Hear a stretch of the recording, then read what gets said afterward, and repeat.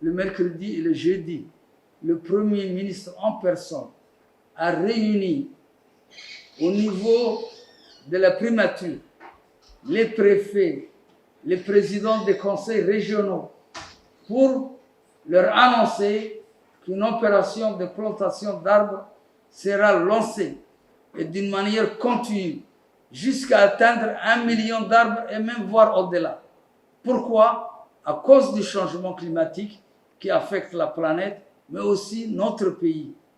Il a dit qu'il faut que les préfets, les présidents des conseils régionaux, le maire puissent sensibiliser la population afin que la plantation d'arbres devienne un réflexe. Il faut que ça rentre dans leur ADN, que chaque semaine, il faut qu'il y ait une plantation d'arbres, un arbre qui soit planté à n'importe quel endroit, au niveau de la ville, au niveau des chefs-lieux, même au niveau de la campagne.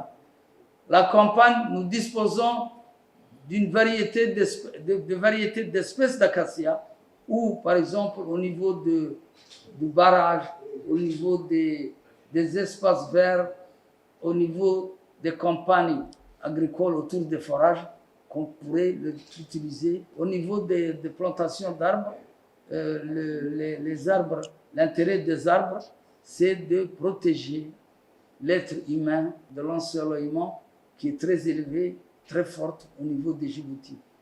Je voudrais dire, et encore une fois que le Premier ministre a lancé, il me revient de dire que le ministère de l'Agriculture dispose des plans adaptés au changement climatique en République de Djibouti pour fournir à domicile, ce qui n'est pas le cas. Avant, on avait fourni 600 000 plants de palmiers dattiers, mais ceux qui venaient chercher, c'était au niveau de l'école, de l'armée, du dispensaire de la santé. Mais nous allons fournir au niveau des endroits les plus éloignés, c'est-à-dire les préfets d'Obok, les préfets d'Otadjoura, ils disposeront, au même titre que le préfet d'Akhta et le maire de la ville de Djibouti, des plans. Ces plans seront associés là où il y a des chèvres, des animaux errants, des cages de protection, pour protéger les plants lorsqu'il est jeune